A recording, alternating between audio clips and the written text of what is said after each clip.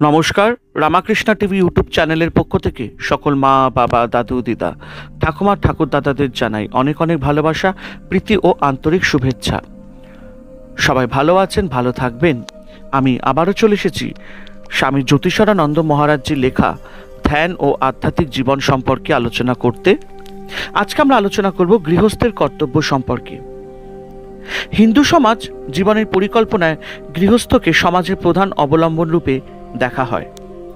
শিশুদের এমন শিক্ষা দিতে হবে যেন তারা সমাজের সাধারণ কল্যাণ ও নিরাপত্তার কাজে অংশ নিতে পারে। মনুস্মৃতিতে আছে, যেমন সব সজীব প্রাণী বাঁচবার জন্য বায়ুর উপর নির্ভর করে, তেমনই সমাজের অন্য স্তরের মানব তাদের জীবন ধারণের জন্য গৃহস্থদের উপর নির্ভর করে। কিন্তু বোঝা উচিত, গার্হস্থ্য জীবন ইন্দ্রিয় সুখের জন্য নয়। শিষ্য উদ্ধবকে কৃষ্ণ এই কথার উপর জোর দিয়ে বারবার বলেছিলেন, গৃহস্থরা সর্বদা মনে রাখবেন আদর্শ কল্যাণ ভোগে নয়, জ্ঞান লাভে, যা সম্ভব হয় যখন ব্যষ্টি জীবনকে সমষ্টি জীবনের বা বিশ্ব জীবনের অংশ বলে বোধ হয়। ভক্ত গার্হস্থ জীবনের কর্তব্যের মাধ্যমে ভগবদ উপাসনার পর বনে গিয়ে আধ্যাত্মিক সাধনায় জীবন উৎসর্গ করে চিত্তশুদ্ধ করবেন। হিন্দু শাস্ত্র মতে গৃহস্থকে 5 রকম কর্তব্য পালন করতে হবে। প্রথম দেব পূজা, যাকে বলা হয় দেবযজ্ঞ। দ্বিতীয় শাস্ত্রাধ্যয়ন বা বেদপাঠ, যাকে বলা হয় ঋষিযজ্ঞ বা ব্রহ্মযজ্ঞ। তৃতীয় সাথীদের বা অতিথিদের সেবা, যাকে বলা হয় নৃযজ্ঞ। চতুর্থ পিতৃপুরুষের শ্রাদ্ধাদি করা, যাকে বলা হয় পিতৃযজ্ঞ। এবং পঞ্চম ইতর প্রাণীদের রক্ষা করা, যাকে বলা হয় ভূতযজ্ঞ। এই কর্তব্যগুলিকে পঞ্চ মহাযজ্ঞ বলা হয়।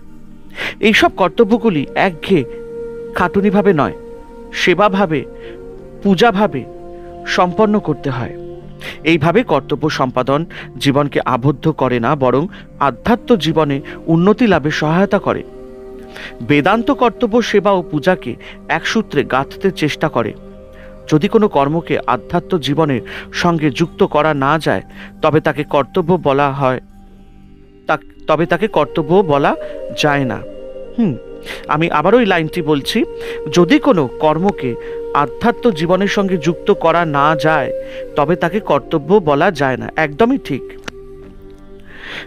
যদি দেখো কোনো কর্ম তোমাকে ঈশ্বরের থেকে দূরে টেনে নিয়ে যাচ্ছে, মানে আমাদের কাছে কথাটি স্বামী জ্যোতিষানন্দ মহারাজজি বলছেন যে, যদি দেখো কোনো কর্ম তোমাকে বা আমাদের ঈশ্বরের থেকে দূরে টেনে নিয়ে যাচ্ছে, তবে তা করবে না বা আমরা করব না।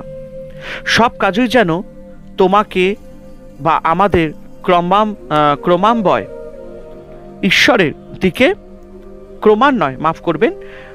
ক্রমান্বয়ে ঈশ্বরের দিকে নিয়ে যাচ্ছে। মানে স্বামীজি বলছেন, মানে মহারাজজি স্বামী জ্যোতিষানন্দজি বলছেন, সব কাজই যেন আমাদের বা তোমাদের ক্রমান্বয়ে ঈশ্বরের দিকে নিয়ে যাচ্ছে। কৃষ্ণ যেমন উদ্ধবকে বলেছিলেন, যে কর্তব্য সম্পাদনের মাধ্যমে আমাকে পরমেশ্বর জ্ঞানে সর্বদা একনিষ্ঠভাবে পূজা করে, সে জ্ঞান ও অনুভূতি লাভ করে ও অচিরে আমাকে পায়। সব কর্তব্যই আমার প্রতি ভক্তিভাবে করলে মুক্তির পথে নিয়ে যাবে, পরম শান্তি। এই হলো পথ। হরে কৃষ্ণ কৃষ্ণ কৃষ্ণ হরে হরে, হরে রাম রাম রাম হরে হরে। জয় শিব শম্ভু, জয় দেবী দুর্গা দুর্গাতি নাশিনী, জয় মা কালী।